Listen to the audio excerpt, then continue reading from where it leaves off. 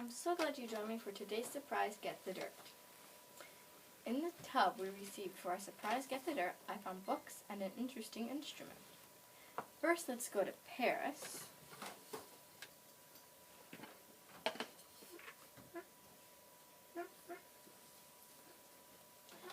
And read about a fictional adventure of two dogs that help their maestro while the tale is fictional. A maestro is a distinguished musician, and the places that are shown in this book really do exist in Paris, France. Oh, and if you want to get the dirt about the real Victor Hugo, type in Victor Hugo in your library's catalog search bar to get the dirt about who he was and what he did. Victor and Hugo.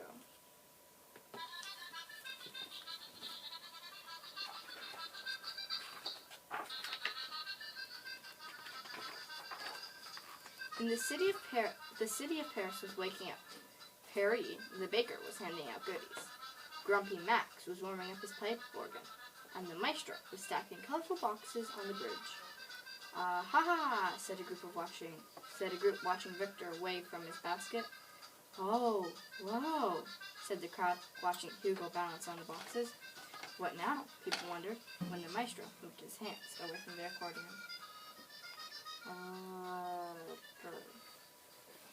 Victor barked 2 barks. The accordion answered all on its own. Hugo barked. The accordion matched him exactly. Maestro called. The accordion sounded. Surely there's magic in that accordion, a woman said. Said Grumpy Max. Maestro put up his hands. The accordion put his hands to the accordion and played his new song called Magic in Paris. Hugo sang while standing on the hot boxes. Victor sang while doing backflips. The crowd danced and threw coins. The crowd danced and threw coins. Then the song ended. A man in a violin said, Maestro, may we musicians join you in your magic? Maestro smiled. Let us all sing and dance and play. So everyone sang, everyone danced, and every musician played. Except Grumpy Max, the organ grinder. Bah! He sounded a sour note. Magic. There is no magic in the world anymore. And then he tossed his salami to get the dogs to stop singing. Victor and Hugo jumped for the salami. Don't eat that! Maestro tried to stop his dogs. Slamming will upset their voice.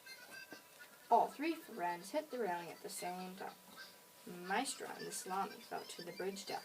The accordion, Victor and Hugo, fell over the side of the bridge, and suddenly all music everywhere stopped. Now, the only sound at all came from the engine of a junk barge. Then, oof! Victor landed on an old mattress. Thud! Hugo landed on overstuffed sacks. Maestro called from the bridge, Victor, Hugo, get the accordion.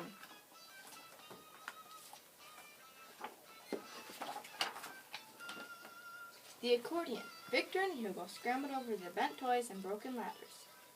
They soon found it, inside an old tire. They pulled and tugged, but the accordion would not come out. Ooh! Hugo cried. It's part of the tire now. It is an accordion tire. How can Maestro play an accordion tire? The accordion made some feeble sounds. When it tried to play 2 other notes, the sound faded. The barge slowed down. The barge stopped. A huge claw dropped out of the sky, came right at Victor and Hugo. Alex jumped away as it picked up an old chair, broken ladder, and oh no, the accordion tire. The claw creaked and screamed its way over to a waiting dump bin. Just as it opened, the accordion tire twisted free. It bounced onto the road and rolled away. The dogs leapt off the barge and chased after it. Victor and Hugo chased the accordion tire along the cobblestone way all the way back to the bridge. Look, the violin player pointed. It's Maestro's accordion. Trinket sellers put down their trinkets. Artists dropped their brushes. Tourists even put away their cameras. Soon the bridge was empty because everyone was chasing after the accordion, yelling, "We must have our music back." The accordion rolled over a sunbather and through a flower cart. Police blew their whistles and called out, "Stop!" But the accordion tire did not stop. It raced up a street lamp, rumbled across a wooden footbridge, and turned out onto the sidewalk. A group of important people from the big city Smart Guys company came up with a plan to get the accordion and the world's music back. They formed a circle on the sidewalk. "Leave one side open," the chief excellent officer said. When the accordion rolled into the circle, the workers closed in behind it. "Got it," the chief said, but they didn't. The accordion hopped up on the stone wall, jumped over the side, then disappeared. Everyone looked up, down, all around, but no one could figure out where the accordion tire went. Hugo could. He put his nose to the ground and sniffed. The accordion tire landed here, sniffed, and went along there and sniffed. He stopped at the stone wall, puzzled. "Listen," Victor said. A small sound came from behind the wall. Victor copied the sound exactly. Hugo matched the notes exactly. And when Victor and Hugo sounded each note, a hidden door opened just enough to let the dogs squeeze through. Inside, the hum of the machines made it impossible to hear anything, so the dogs used their noses to follow the accordion set down and down. But soon, a much stronger odor made it impossible to smell the accordion. "Phew," said Victor. "We are in the sewers. Now I can't hear or smell the accordion." It sure is wet. Hugo looked down at his paws. Victor also looked down, and right under his paws, he saw a tire track. He followed the marks down some stairs, across a metal girder, and around a cement wall. "Hugo, look!" The accordion had wedged itself between some pipes. It still played the two double notes. But every time it tried to play the third song, the sound faded.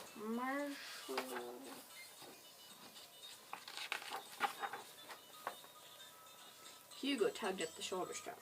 "The accordion is still stuck in the tire," Victor said. "Ow," Hugo answered. "And I think we might be lost down here," Victor said. "Ow," Hugo moaned. "And we may never see Maestro again." Now they both howled. "Ow." They howled high and they howled low. Their voices echoed off the walls and vibrated the pipes. "Ow." Victor and Hugo's unhappy notes traveled through the vents into the subway tunnels. Trains stood still at the stations. "Ow." The notes carried up the stairs, out of the drains, and into the city. Cats cried, flowers drooped. "Ow." The dogs' sad song moved along the streets, up the sides of the buildings, into people's homes, and out through their chimney pots. Cars wouldn't start, doors wouldn't open, and people couldn't eat croissants. Soon everyone in Paris heard the sad, sad song, including the most important person of all. Maestro.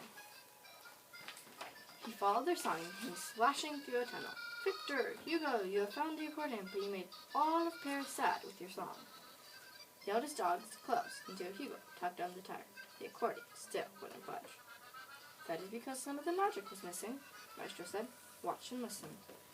He leaned over and touched two keys. "Victor is for Victor," he said. He touched two more keys. Is for Hugo. He touched the keys a third time, and the accordion played the missing notes. Maestro is for Maestro. The accordion jumped out of the tire and into his hands. Maestro led the way onto the subway platforms and out of the darkness. Sang Victor. "Oh," sang Hugo. Sang Maestro. "Hugo, Maestro," sang the accordion. The happy song rose up and over the sad sounds of the city. On the street, a woman called out, "Surely there is magic in that accordion." "Oh no," Maestro said. "The magic is in the music, and the music is everywhere," said Victor. "But sometimes you have to go and get it back," said Hugo. Every person in the city danced and sang and was happy once again, even Grumpy Max.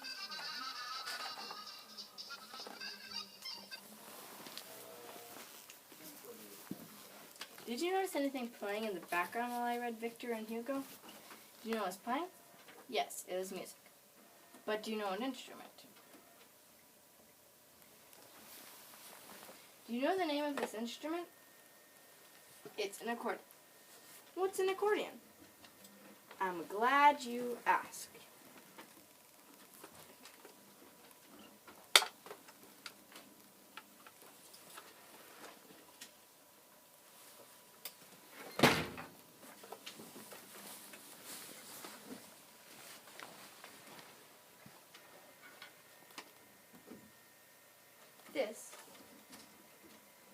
This kind is the kind that the Maestro played. But the other kind,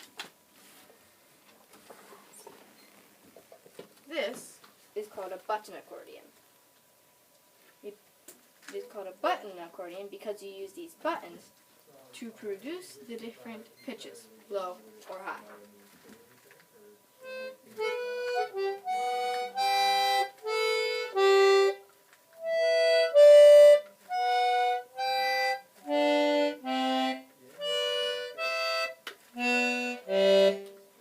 So if you press different buttons, it plays different notes. Let's get the dirt on it in this book called Woodwinds and Brass. I see that confused, bewildered, and incredulous look on your face. How can this instrument, that's played like this, be found in a book about woodwinds and brass? Well, we definitely need to be digging deeper in the theme of this summer's library reading program to find out why. By going first into the index page found in the back of the book, I see that I can find accordions on page 16 to 17.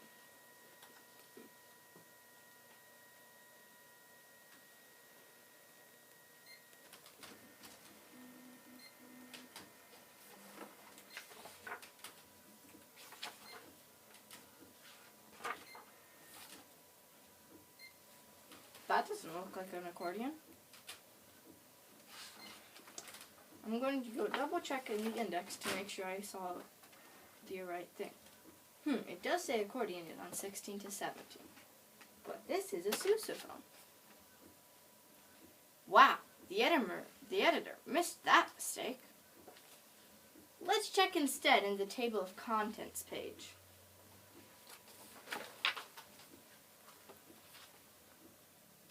We find that information on accordions can be found on page 24.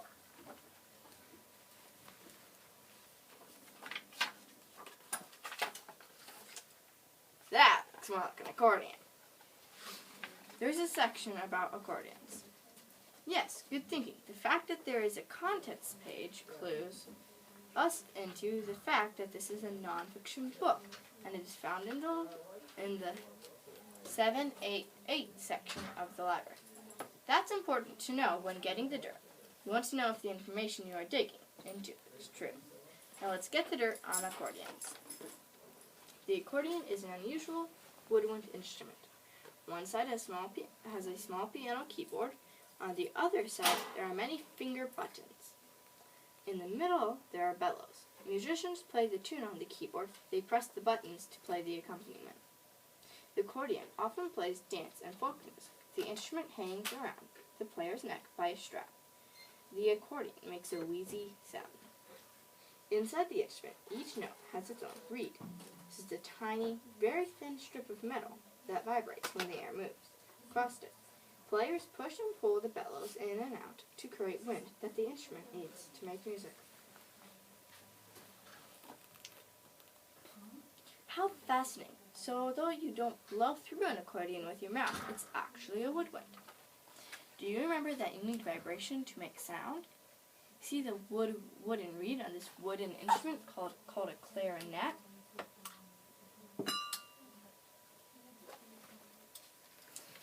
Its reed relies on me blowing between the reed and the mouthpiece, and that blowing of air into air to vibrate and produce sound.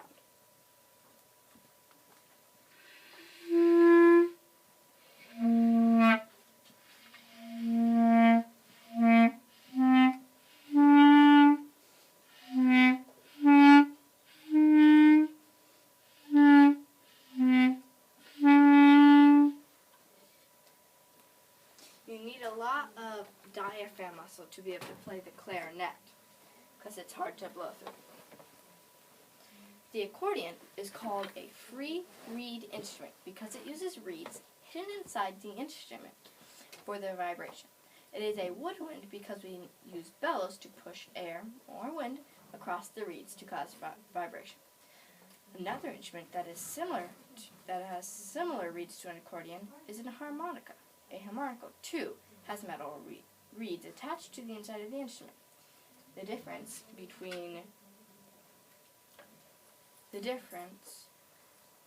between the harmonica,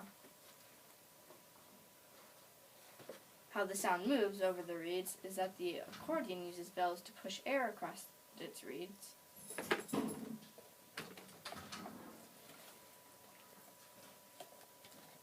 This is the bellow.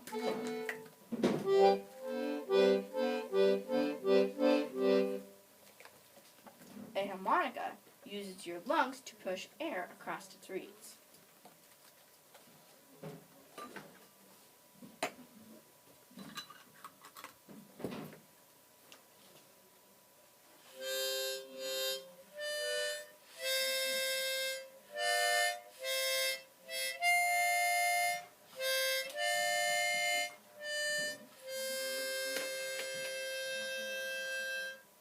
The accordion, harmonica, and clarinet are all woodwinds because, though played differently, they rely on the same principle to play. How is this accordion different from this accordion? Yes, this one looks like a piano, and it's called a piano accordion. Oh, you want to hear this accordion well? Well, I'll play this one too.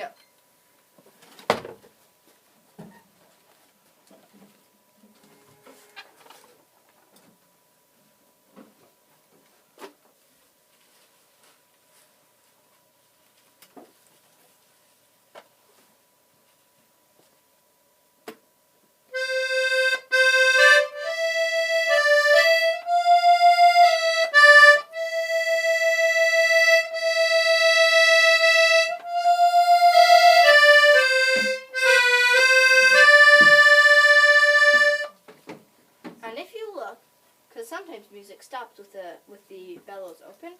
There's usually a button on the back of the accordion that you can push, and then it will close back up. Because it's not good for the accordion if you close it when the bellows are open.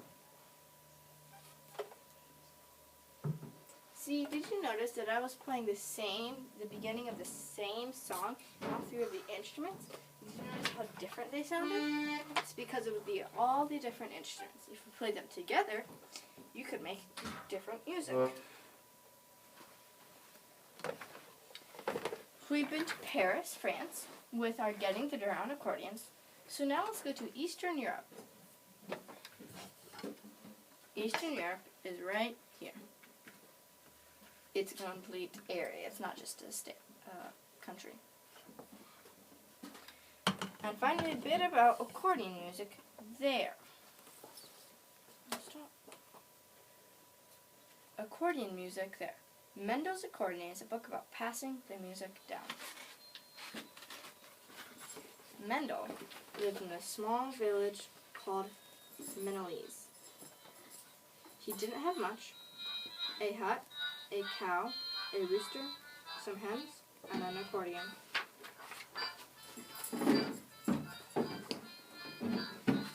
It wasn't a fancy accordion. Nothing about Mendel was fancy. It had worn black buttons, up and down the sides for Mendel's busy fingers, and big folds in the middle like the lady's fan. Mendel pumped those folds with his strong arms, pushing it in and out, turning it into music. Mendel made beautiful music with that accordion. Everywhere he went, people said, "Play for us, Mendel." And Mendel did.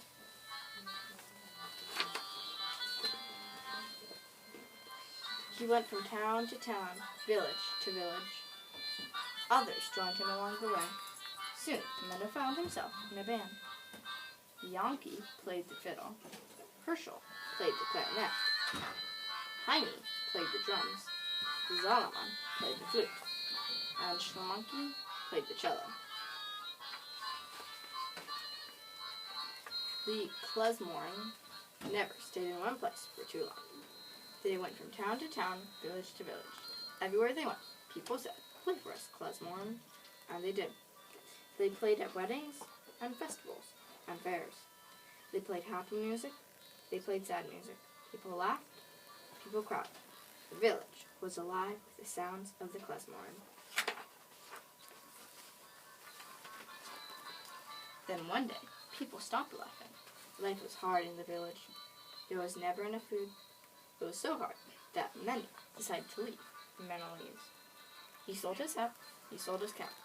He sold his rooster. He sold his hens. Mendel boarded a boat for America, taking only the accordion with him. On the boat, Mendel met other klezmorim. There was Motel from Moscow, Isaac from Odyssia, and Pinchush from Pizan. Motel played the clarinet, Isaac played the violin, and Pinchush played the flute. "Soon we'll be in America," they said. "Soon we'll be in the Golden Land." But the boat ride seemed to last forever, and in 2 weeks seemed like 2 years as the boat rose and fell, and the cold winds blew. "Come, let us do something," said Mendel, as the passengers groaned and grumbled along with the boat. He couldn't bear to see anyone so unhappy. And so Mendel, from Menelaus, played his accordion. Motel, from Moscow, played his clarinet. Itruk, from Odyssey, played his violin. And Pinchush, from Pizan, played his flute. They had their stomachs churned. They played and played and played some more. They played happy music. They played sad music. People laughed. People cried. The boat was alive with the sounds of the klezmorim. It was like being back home in Menelaus. Finally, they reached America, and Mendel and his new friends boarded the ferry for New York. They were tired and cold, and their bodies ached from the long journey. "It's crowded here," remarked Pinchush when they arrived in New York. "I've never seen so many people." Clutching his accordion, Mendel had to agree. There were no rolling hills or peaceful farmhouses or wandering chickens, just rows and rows of brick buildings and lots of people who spoke a different language. "Don't worry," said Mendel. "We'll all find jobs and a place to live. America will be good to us. You'll see." "Mendel is right," agreed Isaac. "We will all find good jobs and a place to live." And so they did. Mendel found a job mending shoes. Motel and Pinchush worked in a rope factory. And Isaac played his violin for a minstrel show. They all lived together in the Lower East Side of New York. Mendel worked long hours. The city was big, the apartment was small, but Mendel was happy. He had good friends, and a good job, and a place to live. He had a wife, too. Her name was Rezo. And like Mendel, she was from the old country. Rezo loved listening to Mendel's accordion. Sometimes, after a long day at work, he would serenade her in the kitchen. He played happy music. He played sad music. Rezo laughed. Rezo cried. The little apartment was alive with the sounds of the klezmorim. As the years passed, Mendel's accordion continued to delight his growing family. His son Isaac loved singing along with the music. His son Aaron loved to dance wildly in the middle of the room. And baby Rose just sat on her mother's lap and listened quietly to the funny Yiddish words. During the day, there was work, but at night, there was music. always music.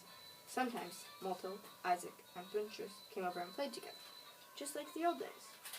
It was like being back home in the leaves.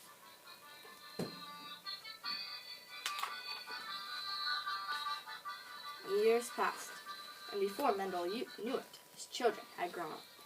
Just like Mendel, they loved music, only a different kind of music. Mendel's son, Isaac, liked jazz. His granddaughter, Rachel, played swing. And his great-grandson, Samuel, loved rock and roll. Nobody listened to Mendel's accordion anymore. Mendel's was but a distant memory.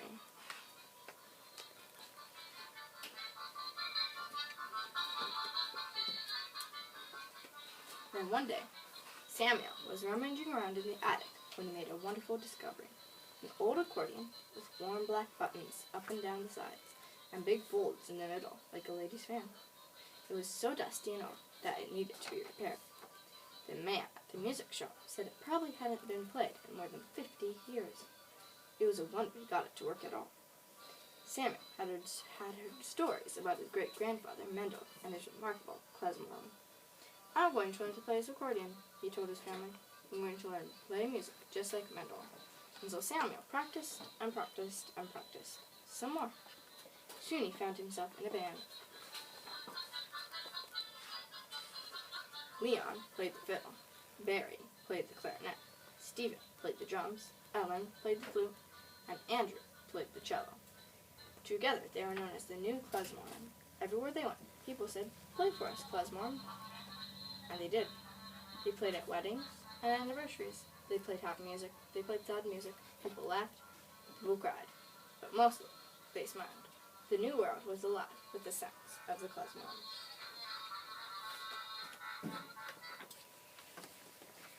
The style of music in this book is called klezmer music.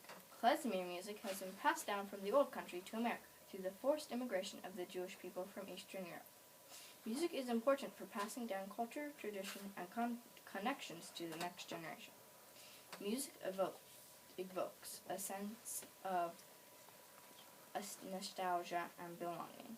Music is important in understanding one's roots. Passing the music down is something I hope your family enjoys. Let's see how our fictional character, Mendel, represents the passing of the music down from generation to generation. Gives one sense of significance.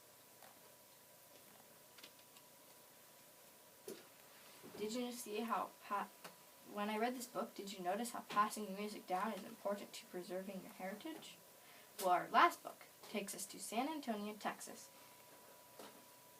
Texas is a state in the southern United States of America.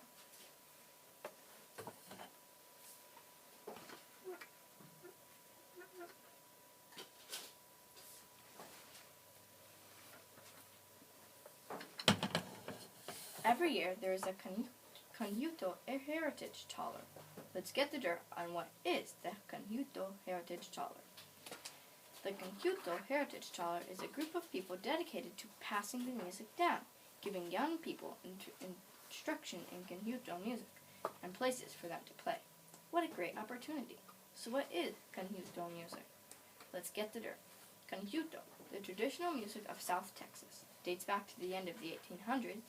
European settlers moved into the area with their button accordions and began making music with Mexican settlers who favored the bajo sexto, a large, low-sounding guitar. Our book, Buster Plays Along, is a book about a fictional character from the author series by Mark Brown. While this book is found under the E.R. Easy Reader section of the library, found under BRO for Brown, Mark Brown helps us get the dirt on some real-life information about the conjunto, the alamo, and accordions. See if you can get the dirt on some non-fiction information in this book. Say.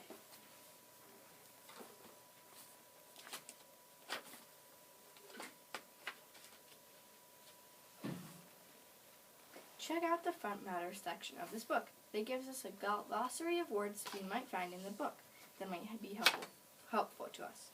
Usually, glossaries are found at the end of the book, but Mark Brown chose to show us up front what new words we might find. Fun! Now, not only we have nonfiction material to find in this book, but new words as well. Which cowboy hat should I bring to San Antonio? Buster asked Arthur. I don't know, said Arthur. There might not be enough room. Buster laughed. Texas is really big, Arthur. I didn't mean room in Texas, said Arthur. I meant room on the plane. You're bringing your accordion too? Arthur asked. Buster nodded. My dad and I are going to the International Accordion Festival. Maybe I'll decide to play too. When Buster got to San Antonio, he and his father walked around the city. It looks like Mexico here, said Buster. That's because we're close to Mexico, Mr. Baxter explained. In fact, the city was started by Mexican people. Dear Arthur, I went to visit the Alamo. It was built as a mission in 1718. In 1836, a lot of brave men tried to defend it during a war with Mexico. Texans have remembered the Alamo ever since. At a music festival, Buster met Robert and his friend Rudy. They were both going to be playing in the accordion festival. It's great to introduce conjunto music to someone new, said Rudy. What's that? Asked Buster. Ah, said Rudy. It's the music made when the accordion and this big guitar are played together. The guitar is called a viol sexto. The accordion was invented. Dear Brian, the accordion was invented in Australia in 1829, which you probably knew already. It is often played there with a big guitar called a viol sexto. Maybe you know where that was invented too. Tell me when I get home. I played the accordion a little, said Buster, but your accordion has a lot more buttons than mine. And every button can make two sounds, said Robert. One sound is made for when you push the instrument in, and the other is made when you pull it out. You have to practice a lot. That's what I keep telling myself, said Buster, but I don't always listen. When I practice, Buster added, I get nervous if anyone is listening. Do you get nervous performing in front of big crowds? Sometimes, said Robert, but when I get nervous, I pretend people aren't there. I'm just in my house. You know, practicing by myself. Dear Mom, I met Robert at a music festival called the Conjunto Heritage Taller. He has 6 accordions and a big collection of hats. Don't worry, I won't buy any extra accordions. One is more than enough for me. P.S. But maybe I'll buy a hat. Buster met Robert's sister Christina. She played the accordion too. My accordion's name is Beatrice, said Buster. What's yours called? Nobody names their accordion, said Christina. Oh, said Buster. Dear D.W.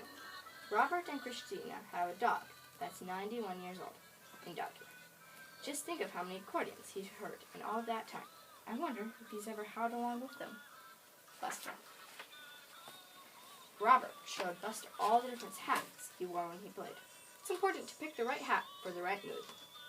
Dear Binky, Robert has some accordions that are older than our parents. They are in really good shape. The accordions, I mean. Later, Robert and Ruddy took Buster to a restaurant. He got a special look at the kitchen. The cook was making tacos. First he rolled the dough into a flat circle. Then he fried them on both sides. It smells really good in here, Buster said hungrily. My favorite taco is country and egg, said Ruddy. Mine is potato and egg, said Robert. I add salt and pepper to spice it up a bit. Buster was counting on the menu.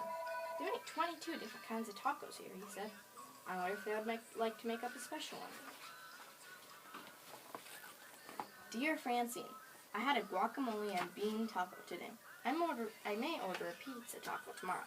I might be the first person ever to eat a pizza taco. If I get famous, I will let you know. That night, Buster practiced for a long time on his accordion. He even called Arthur to play for him over the phone. So how was I? Buster asked.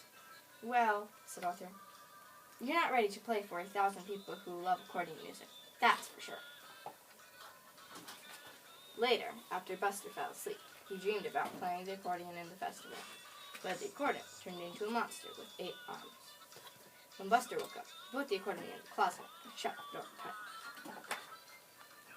The next day, Buster took his mind off the accordion for a while. He and his father strolled along the riverwalk looking at all the restaurants and shops. "So much food," said Buster, "and so little time."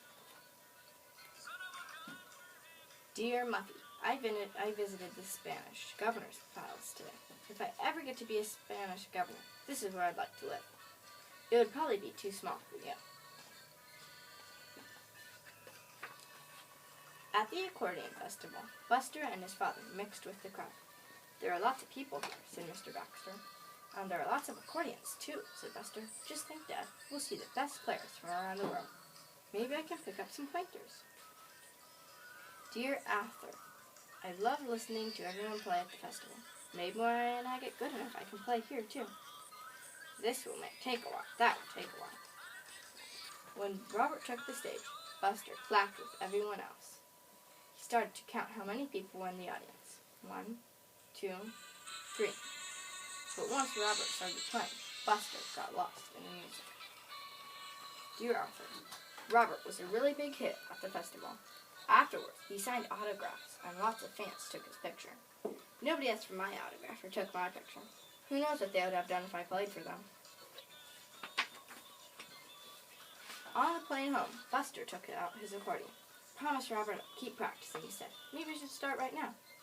"How much practice do you think you'll need?" asked his father. "Hours and hours," said Buster. "We've got plenty of time." "Oh," said his father, and put on his headphones before starting the entrance. "Dear Robert, I've been playing my accordion a lot lately. My friends all say I used to sound much worse. Maybe someday you can hear me play without worrying about hurting your ears. Buster." Did you find our new words? Did you find some nonfiction information? To get the dirt on the Alamo, head to the 3.8, 921, or 976 sections of your library.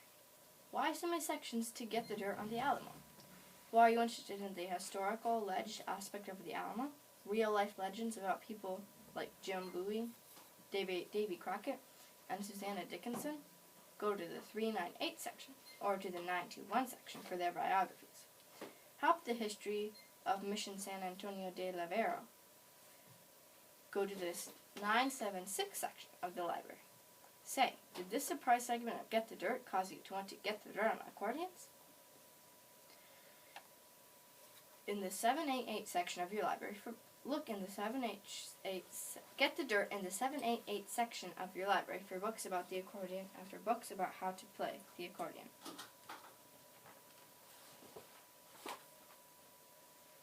If you don't have an accordion, get the dirt from local musicians or your librarian. There are many accordion players hiding right in your neighborhood. Accordions are played in many cultures and ethnic groups, so be sure to get the dirt. Thanks for joining me for today's Get the Dirt. Be sure to join us next Friday for another surprise Get the Dirt. Until then, be sure to get the dirt at your local library.